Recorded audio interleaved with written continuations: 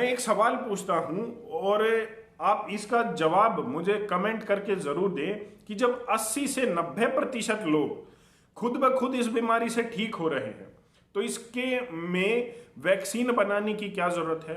और चलिए ठीक, आप वैक्सीन बना भी रहे हैं तो क्या सब लोगों को वैक्सीन देने की जरूरत है।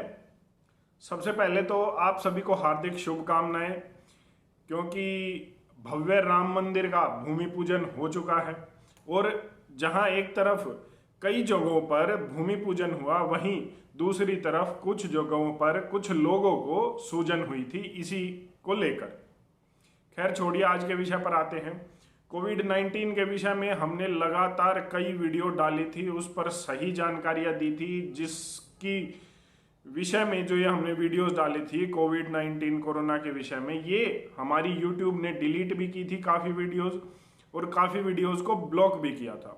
अभी भी कुछ वीडियोस चैनल पर चल रही हैं। मैंने एक बार एक फोटो में देखा था कि एक मार्केट में एक शॉप खुली है और उसका जो बैनर है वो उस पर लिखा हुआ है कोविड-19 एसेंशियल, मतलब यहाँ पर कोरोना के से संबंधित ज़रूरी सामान मिलता है। उस दुकान में मास्क था, hand sanitizer, gloves, face shield, ये सारी चीज़ें मिल रही थी।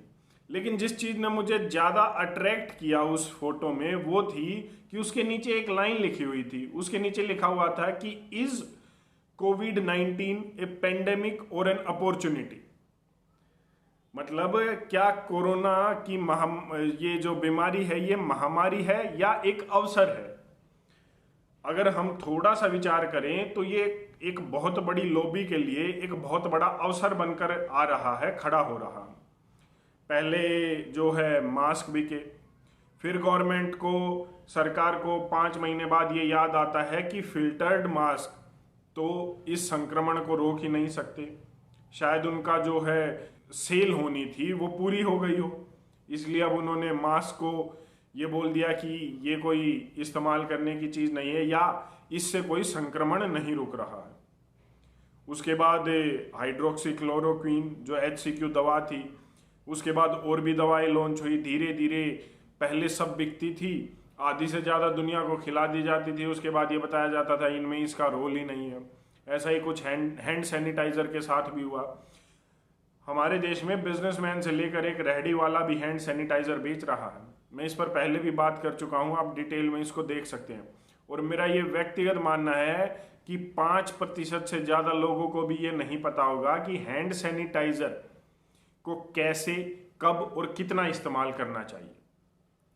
ये सब वो चीज़ें हैं जिनके लिए कोविड-19 एक अपॉर्चुनिटी बनकर उभर रहा है। अब इसका एक दूसरा पहलू देखते हैं। इन सब के लिए एक अपॉर्चुनिटी है। एक भगवादारी बाबा आता है, बेचारा 500 रुपये में दवा निकालता है, इम्यूनिटी बूस्टर निकालता है। वो FIR भी झेलता है अपनी कंपनी पर, विरोध भी झेलता है, गालियां भी सुनता है, सब कुछ करता है।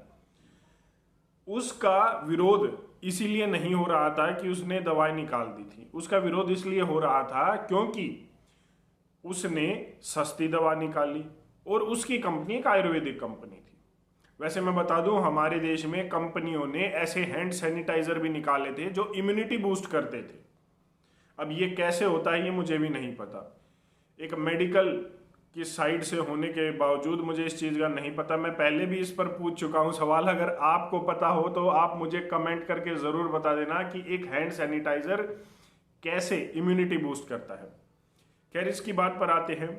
दवाइयाँ इतनी महंगी महंगी निकाली गई और वो ब्लैक में बिकी। वहीं दूसरी ओर इस आयुर्वेदिक कंपनी ने, इस भगवादारी बाबा की कंपनी ने एक दवाई निकाली मात्र 500 रुपये में, जो एज ए इम्यूनिटी बूस्टर जो है काम कर रही है, लोगों की इम्यूनिटी को बढ़ा रही है। लेकिन कांग्रेस शासित राज्यों में ये बैन है, फिर भी इस दवा की डिमांड लगभग बढ़ रही है। अब स्वामी रामदेव ने खुद ये बयान दिया है कि हर रोज 10 लाख पैकेट की मांग है, लेकिन वो 1 लाख पैकेट ही पूरा कर रहे हैं। अब इतना स्ट्रेटेजिस्ट तो ये और इनकी कंपनी जरूर है कि जब इनको इस चीज पे इन्होंने ट्रायल किया, उस बीमारी में ये कारगर इस दवा को रखा, ट्रायल के साथ पेश की, तो इन्हें ये भी पता था कि इस दवाई की डिमांड कितनी होने वाली है। अब और फार्मास्यूटिकल कंपनीज की तरह ये भी इस दवाई का मूल्य जो है वो 500 रुपये न रखकर 2000, 5000, 10,000 रुपये भी रख सकते थे और एक बड़ा प्रॉफिट ये अपनी कंपनी के लिए कमा सकते थे, लेकिन ऐसा नहीं किया। ये वो है जिसने 25 करोड़ रुपए पीएम फंड में कोरोना की महामारी के लिए दे दिए। कहने का मतलब ये है कि इसमें से दो चीजें निकल कर आती हैं कि ये जो डिमांड आ रही है ना कोरोनिल की, पहली बात तो ये कि इस पर विवाद कभी भी नहीं था, विवाद खड़ा किया गया था। और दूसरी चीज, लोगों का अभी भी आयुर्वेद में भारतीयता में विश्वास है, नहीं तो इसकी डिमांड इतना विरोध, तथाकथित विरोध होने के बावजूद नहीं होती। तो मेरा ये मानना है कि इसको देखो, ये तो है आम जनता इस्तेमाल करेगी ही करेगी। इन्होंने सस्ती दवाई भी इसलिए निकाली कि जो आम जनता है, जो गरीब से गरीब व्यक्ति है, वो भी इसको लेकर अपनी इम्यूनिटी बूस्ट करे और सिर्फ इसी बीमारी से नहीं और भी बीमारियों से बचे। वहीं दूसरी ओर ये है कि ये जो विरोध हो रहा था ये इसलिए हो रहा था कि कहीं इन चीजों को बढ़ावा न मिल जाए, कहीं लोग दूसरी चीजों से अपना विश्वास न उठा लें। मैं एक सवाल पूछता हूं और आप इसका जवाब मुझे कमेंट करके जरूर दें कि जब 80 से 90% लोग खुद ब खुद इस बीमारी से ठीक हो रहे हैं तो इसके में वैक्सीन बनाने की क्या जरूरत है? और चलिए ठीक, आप वैक्सीन बना भी रहे हैं तो क्या सब लोगों को वैक्सीन देने की जरूरत है? एक स्टडी आई है, हरियाणा जैसे राज्य में भारत में हर 9वें व्यक्ति को कोरोना होकर ठीक हो चुका है। दिल्ली में हर 4थे व्यक्ति को कोरोना की बीमारी संक्रमण होकर वो खुद ब खुद ठीक हो चुका है। तो उन लोगों को वैक्सीन की क्या जरूरत है?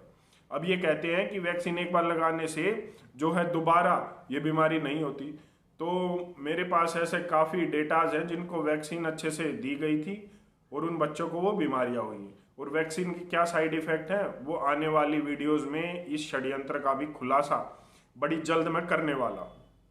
तो मेरा ये मानना है, अपनी भारतीयता पर, अपने आयुर्वेद पर विश्वास कीजिए। और जो लोग इनको आगे बढ़ा रहे हैं, मैं सिर्फ इस पतंजलि कंपनी की बात नहीं कर रहा हूँ, मैं स्वामी रामदेव की बात नहीं कर रहा हूँ, मैं हर उस व्यक्ति की बात कर रहा हूँ जो आयुर्वेद को आगे बढ़ा रहा है। चाहे वो एक छोटी सी गौशाला आपके शहर में, आपके गांव में हो, आपके कस्बे में हो, या फिर वो पतंजलि जैसी बड़ी आयुर्वेद कंपनी हो। अगर वो इन चीज़ों को बढ़ावा दे रही है तो उसका सपोर्ट कीजिए और ये जो तथाकथित विरोध होते हैं इनके खिलाफ अपनी आवाज़ बुलंद कीजिए। वैसे इस सवाल का जवाब ज़रूर दे देना कि जब 80 से 90% लोग खुद ब खुद ठीक हो रहे हैं तो वैक्सीन की ज़रूरत क्या है और क्यों है। धन्यवाद। जय हिंद।